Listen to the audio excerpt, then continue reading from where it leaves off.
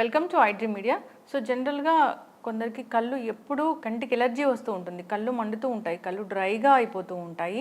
So ఎప్పుడు చూసినా ఏదో బరకగా అనిపిస్తుంది, నీళ్లు కారుతున్నాయి, అట్లా ఫీలింగ్ ఉంటుందని చెప్తూ ఉంటారు. అసలు ఎందుకు ఈ ప్రాబ్లం, బాడీలో ఏం తగ్గడం వల్ల ఇలాంటి ఇష్యూ అనేది వస్తుంది, దీన్ని న్యాచురల్గా ఎలా తగ్గించుకోవచ్చు, వివరాలు తెలుసుకుందాం. మనతో పాటు ప్రముఖ vegetable therapist and son spiritual society founder, Leo diet specialist Vikramaditya Guruji గారు ఉన్నారు. గురూజీ నమస్తే అండి. సూర్యోస్మితలే. అంటే బాడీలో ఏదైనా హీట్ వస్తే కళ్ళలో తెలుస్తుంది అని చెప్తూ ఉంటారు, కళ్ళు బాగా రెడ్గా అయిపోతాయి, సో బాడీలో హీట్ తగ్గగానే మళ్ళీ కళ్ళు నార్మల్గా అయిపోతాయి, ఇలా చెప్తూ ఉంటారు. కొందరికి మాటికి కళ్ళు రెడ్గా అవడము, డ్రై అయిపోవడము, నీళ్లు గారడము ఇలా అవుతుంటుంది. ఎందుకు గురువుగారు? అదే పుసులు కూడా వస్తూ ఉంటాయి. సర్వేంద్రియానం నయనం ప్రధానం అన్నారు. అంటే మనకున్న ఇంద్రియాల్లో అత్యంత ప్రధానమైనటువంటిది కన్ను. అలాగే మన శరీరంలో అత్యంత విలువైనది ఏందేమో ఆర్గాన్ లివర్. లివర్కి ఎక్స్పోజర్ కన్ను. అవును, లివర్లో జరిగే ప్రతి క్రియని మనకి చూపిస్తుంది. మనం ఏదైనా చూడాలన్నా, మన లోపల ఉన్న ఏదైనా చూపించాలన్నా కన్ను ఎంత ప్రధానం అంటే పూర్వం అంటే ఇప్పటికీ కూడా మా గురువుగారు, నాకు విద్య నేర్పిన గురువుగారు, నీ కళ్ళల్లో చూస్తూ నీకున్న రోగాలు చెప్పేస్తారు. ఆ అద్భుతమైనటువంటి టెక్నిక్. ఒక మనిషి యొక్క వ్యక్తిత్వాన్ని కంటి ద్వారా చెప్పొచ్చు. నువ్వు చెప్పేది నిజమా అబద్ధం అనేది కూడా నీ కంటి ద్వారా చెప్పొచ్చు. అది చాలా అద్భుతమైనటువంటి ఒక భావ వ్యక్తీకరణ అనేది కేవలం కంటి ద్వారానే కుదురుతుంది. అదే అంత ఇంపార్టెంట్ అయిన కన్ను చెడిపోవడానికి ప్రధానమైనటువంటి కారణం ఏంటంటే, మనం తీసుకునేటువంటి ఏదైతే ప్రాణవాయువు ఆక్సిజన్ తీసుకుంటామో అది లోపలికి వెళ్ళిన తర్వాత 5 వాయువులుగా మారుతుంది, 5 ఉపవాయువులుగా మారుతుంది. ప్రాణ, అపాన, ఉదాన, వ్యాన, సమాన. ఈ ఉదానం అనే వాయువు పైకి వచ్చిన తర్వాత కంటి ద్వారా మనకి ఆ రెప్ప పడటం, ఆ రెప్ప పడాలంటే ఆ వాయువు ఉండాలి. రెప్ప ఎక్కువ కొట్టుకుంటున్నాం, కొంతమందికి అదురుతూ ఉంటాయి, అంటే ఆ వాయువు చెడిపోయిందని అర్థం. రెప్ప పడట్లేదు, వాయువు చెడిపోయిందని అర్థం, వాయువు బ్యాలెన్స్డ్ కాలేదు. ఉదాన వాయువు అనేది అంటే వాయుమండల వ్యవస్థ మన శరీరంలో కంటి యొక్క స్థితిని మెరుగుపరుస్తుంది. అలాగే చాలామందికి అంటే ఇప్పుడు మీరు చెప్పిన ఇన్ఫ్లమేషన్స్, సర్క్యులేషన్ అనేది తగ్గింది, అక్కడికి ఆక్సిజన్ వెళ్ళడం తగ్గింది. ఎక్కడికైతే సర్క్యులేషన్ ఉండదో, ఆక్సిజన్ ఫ్లో ఉండదో, అక్కడ ఇన్ఫ్లమేషన్ వచ్చే అవకాశం ఉంది. అక్కడ ఇబ్బంది పడి, ఇప్పుడు కార్టిలేజ్ ఉంది, మోకాళ్ళ నొప్పులు ఎందుకు వస్తాయి, అక్కడ కార్టిలేజ్ డిహైడ్రేట్ అవ్వడం. అక్కడికి ఏం వెళ్ళాలి, నరాల వ్యవస్థ అక్కడికి పట్టుకెళ్ళి ఆ వాక్యూమ్ తడిని పెడుతూ ఉండాలి. ఆల్కలైన్గా ఉండేటువంటి బ్లడ్ అక్కడికి ఫ్లో అవుతూ ఉండాలి. ఎసిడిక్ నేచర్ ఉండడం వల్ల అక్కడ ఉన్నటువంటి కార్టిలేజ్ డ్రై అయింది. మన కన్ను కూడా డ్రై అవుతూ ఉంటుంది అక్కడికి ఫ్లో సరిగా లేకపోవడం వల్ల. మన వాయుమండల వ్యవస్థ అనేది దీని మీద ఆధారపడి ఉంటుంది. అలాగే మన బయోమెట్రిక్ క్లాక్ కూడా దీని మీద ఆధారపడి ఉంటుంది. మనం జీవన విధానం, నిద్రించాల్సినటువంటి సమయం, ఉదయం లేచిన దగ్గర నుంచి సాయంత్రం వరకు మనం చేసేటువంటి మన జీవన విధానమే మన కంటి యొక్క ఇదిని ఎక్స్పోజ్ చేస్తూ ఉంటుంది అన్నమాట. దానికి అనుసంధానంగానే ఇప్పుడు చాలామందికి మీరు అన్నట్టు నీరు కారుతుంది.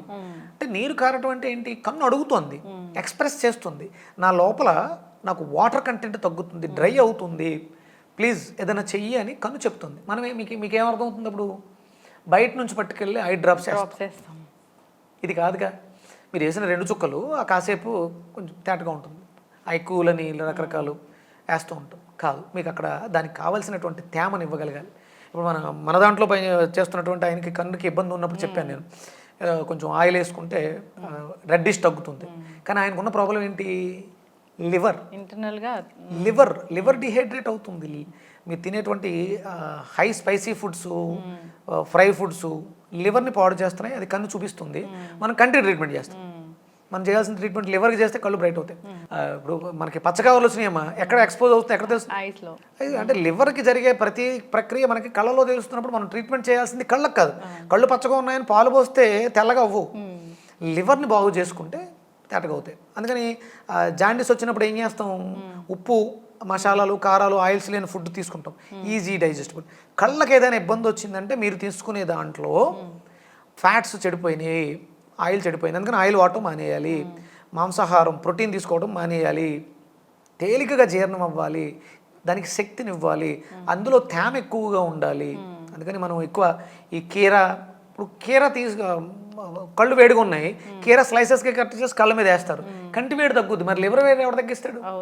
అప్పుడు ఆ కీరాని మనం స్లైసెస్గా చేసుకొని కొంచెం పెప్పరు ఇవన్నీ జల్లుకొని మనం రెగ్యులర్గా తింటుంటే కీర తినాలి, ముల్లంగి తినాలి, ఇలాంటివి తినడం ద్వారా ముందు లివరు డిటాక్సిఫై అయ్యి అప్పుడు కళ్ళులో ఆ బ్రైట్నెస్ తెలుస్తుంది. మన జీవం అంతా కూడా కళ్ళలో ఉంటుంది. కళ్ళు బాగాలేదు, కళ్ళ కింద బ్లాక్ సర్కిల్స్ ఉన్నాయి అంటే లివరు ఇన్ఫ్లుయెన్స్ అవుతుంది. కళ్ళు ఉబ్బుని, ఫ్యాటీ లివర్ ఉంది, లేకపోతే లివర్ సిరియోసిస్, ఫ్యాటీ లివర్కి ఉన్న కాంప్లికేషన్స్ అన్ని కంటి చుట్టూనే మనకు అర్థమవుతూ ఉంటాయి. ఆల్కహాలిక్ ఉన్న వాళ్ళకి కళ్ళు ఉబ్బు ఉంటాయి, వాళ్ళకి ఎక్కువ ఆల్కహాలిక్ ఉన్నారు, లివర్ చెడిపోతుందని చెప్తారు. వాళ్ళకి అదే సరిపోతుందిగా, ఇక్కడ తెలిసిపోతూ ఉంటుంది ముందు మనకి. మనం ఇది గమనించాలి. ఎందుకంటే లివర్ని డీటాక్స్ చేసుకోవడానికి, ఐ యొక్క విజన్ ఇంప్రూవ్ చేసుకోవడానికి మనకి అద్భుతంగా ఉపయోగపడే రెండు పదార్థాలు. ఒకటి ఆల్రెడీ చెప్పా, ఏది కీర. దాంతోపాటు దానికన్నా ప్రత్యక్షంగా విలువ ఉన్నది ఏంటంటే దొండకాయ. లివర్ని చాలా బాగా డిటాక్స్ చేస్తుంది, కళ్ళు చూపుని ఇంప్రూవ్ చేస్తుంది. మీకు నాటు దొండకాయలు దొరికితే దాన్ని శుభ్రంగా దంచి 2 దొండకాయల్ని కొంచెం పిండితే కొంచెం జిగురుగా లిక్విడ్ వస్తుంది. అది కంట్లో వేసుకోవడం వల్ల అది లివర్కి కూడా ట్రాన్స్ఫర్ అవుతుంది. కళ్ళలో వేసుకుంటే లివర్కి కూడా వెళ్తుంది. కళ్ళలో వేసుకునే బదులు తాగితే ఎలాగో చెయ్యాలి. ఒక 2 చుక్కలు కంట్లో వేసుకుని, అంటే ప్యూర్ దొండకాయల్ని దంచి కొంచెం క్లాత్లో పెట్టి పిండితే 2-3 చుక్కలు వస్తాయి, ఎక్కువ రాదు అందులో వచ్చి. దాన్ని 2 కళ్ళలో పండు దొండకాయలు తీసుకుంటే ఇంకా బాగా పనిచేస్తుంది. అలాగే దొండకాయల్ని జ్యూస్ చేసుకుని ఉదయం సాయంత్రం 2 పూట్ల తాగితే విజన్ ఇంప్రూవ్మెంట్ ఉంటుంది. విజన్ ఇంప్రూవ్మెంట్ తగ్గిన వాళ్ళకి కాన్స్టిపేషన్ ఉండే అవకాశం కూడా ఉంది, స్టూల్ టైట్ అయిపోతుంది. ఎవరికైతే కాన్స్టిపేషన్ లేదో వాళ్ళకి చూపుకు సంబంధించిన ఇబ్బందులు ఉండవు. కాన్స్టిపేషన్ ఉన్న వాళ్ళకి, మలబద్ధకం ఉన్న వాళ్ళకి, మలం విసర్జన సరిగా చేయని వాళ్ళకి చూపు దృష్టి తగ్గిపోతుంది. ఇది మనం దృష్టిలో పెట్టుకోవాలి. అందుకని దాన్ని సరి చేసుకోవాలంటే కాన్స్టిపేషన్ తగ్గాలి. కాన్స్టిపేషన్ తగ్గాలంటే లోపల ఆ పెద్ద పేగుల్లో ఉన్నటువంటి లేయర్స్ చెడిపోయినాయి. అందుకని మలాన్ని పట్టుకుంటుంది. అది తడిగా ఉన్న వ్యాక్యూమ్ ఉన్న చోట ఏది కూడా ఆగదు, జారిపోతూ ఉంటుంది. అక్కడ డ్రై అయిపోయింది, స్కిన్ పాడైపోయింది ఎసిడిక్ నేచర్ వల్ల. ఆ చిన్న చిన్న పాలిప్స్ వాటి వల్ల మలం పట్టుకుంటుంది. పట్టుకున్నప్పుడు ఏమవుతుంది, అది హీట్ ప్రొడ్యూస్ చేస్తూ ఉంటుంది. దానివల్ల పెద్ద పేగుల్లో హీట్ వచ్చినప్పుడు లివర్కి ఎక్స్పోజ్ అవుతుంది, కళ్ళు ఎర్రగా కనిపిస్తుంది. దొండకాయలు బాగా పనిచేస్తాయి. దాంతోపాటు ఆ జిగురు కావాలి కదా, బెండకాయల్ని నీళ్ళల్లో నానబెట్టి ఉదయం లేచిన వెంటనే ఆ నీళ్లు ముక్కలు తినేసి నీళ్లు తాగటం, కొంచెం ఆ జిగురుని తీసుకుని నైట్ పడుకునేటప్పుడు కొంచెం బెండకాయలు నీళ్ళలో నానబెట్టి ఆ జిగురు తీసుకుని ఒక తెల్లటి క్లాత్ మీద రాసి దాన్ని కంటి మీద వేసుకుంటే తేమ ఎక్కువ ఉందిగా, కంట్లో ఉన్న వేడిని లాగేస్తుంది. అలాగే లివర్ మీద మనకి రైట్ సైడ్ లివర్ ఉంటుంది, వెట్ క్లాత్ వేసుకోవడం ద్వారా విజన్ ఇంప్రూవ్ అవుతుంది. కళ్ళని కడుక్కోవడం చాలా ఇంపార్టెంట్, శుభ్రం చేసుకోవడం, వాటర్తో క్లీన్ చేయడం. కళ్ళని క్లీన్ చేసేటప్పుడు నోట్లో నీళ్లు ఉండాలి. బాగా పుక్కిలు పడుతుంటే, మీరు పుక్కిలు పడుతున్నారు, నిలబడే పడుతున్నారు, కానీ ఆయాసం వస్తుంది. అది విపరీతమైనటువంటి సర్క్యులేషన్ పెంచుద్ది. నోట్లో నీళ్ళు వేసుకుని పుక్కిలి పడుతూ కళ్ళు కడుక్కోండి, మీకు వితిన్ 2-3 డేస్లో తెలుస్తుంది దాని రిజల్ట్ మనకు. అందుకనే దంతధావనం చేసే సమయంలో ఇప్పుడు మ్యాక్సిమం తగ్గడానికి కారణం ఏంటంటే నిలబడి బ్రష్ చేస్తాం. నిలబడి బ్రష్ చేయకూడదు. కళ్ళ సమస్య ఉన్నవాళ్ళు, కళ్ళు బాగా కనపడాలి అనుకున్న వాళ్ళు కూర్చొని బ్రష్ చేయాలి. కూర్చొని నోట్లో నీళ్ళు వేసుకొని 12 సార్లు పుక్కిలు పడుతూ 12 సార్లు కళ్ళు కడగండి.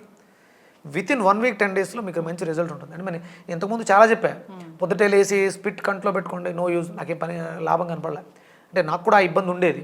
నేను సెల్ ఫోన్, మనం స్క్రీన్ టైం ఎక్కువ ఉండడం వల్ల కళ్ళు ఇబ్బంది పడి, ఇప్పుడు నేను మళ్ళీ బెటర్ అయ్యా. ఈ ప్రాక్టీస్ ఎక్కువ చేశా. 12 సార్లు పుక్కిలు పట్టడం అంటే ఇంచుమించు 5-6 కిలోమీటర్లు జాగింగ్ చేసినంత మీకు ఆయాసం వచ్చేస్తుంది. నోట్లో నీళ్ళు వేసుకుని పుక్కిలిస్తే ఆయాసం వస్తుంది. అలా ఆయాస పడుతూ కళ్ళను క్లీన్ చేసుకుంటే, అంటే 12 సార్లు పుక్కిలించాలి, 12 సార్లు కళ్ళు కడుక్కోవాలి చల్లటి నీళ్లతో. వేడి నీళ్ళ స్నానం శరీరానికి పనిచేయదు. వేడి నీళ్ళతో స్నానం చేసే వాళ్ళకి కూడా చూపుకి ఇబ్బంది వచ్చే అవకాశం ఉంది. ఇవన్నీ పాటించగలిగితే ఆరోగ్యకరమైనటువంటి నయనాలు కలిగి ఉంటారు. మన జీవితానికి కళ్ళు చాలా ఉపయోగం.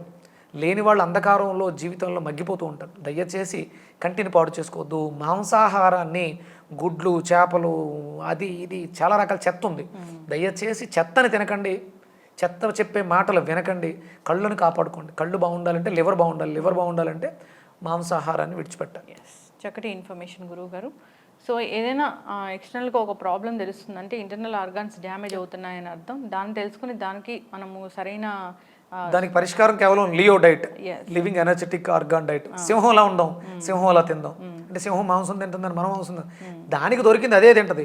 అది కకృతి పడదు, ఆకలేస్తుంది ఇంకేం దొరకలేదు కదా అని కందమూలాలు తిందు. సింహం నిజాయితీగా నిలబడి దానికి కేటాయించిందే తింటది. మానవులకి కేటాయించింది శాకాహారం మాత్రమే. మాంసాహారం మనకి విరుద్ధ స్వభావం. దయచేసి అవి వినొద్దు, తినొద్దు. ఎస్, అందరూ పాటించాలని కోరుకుందాం గురుగారు. చాలా చక్కటి ఇన్ఫర్మేషన్ అండి, ధన్యవాదాలు. సూర్యస్మితలే.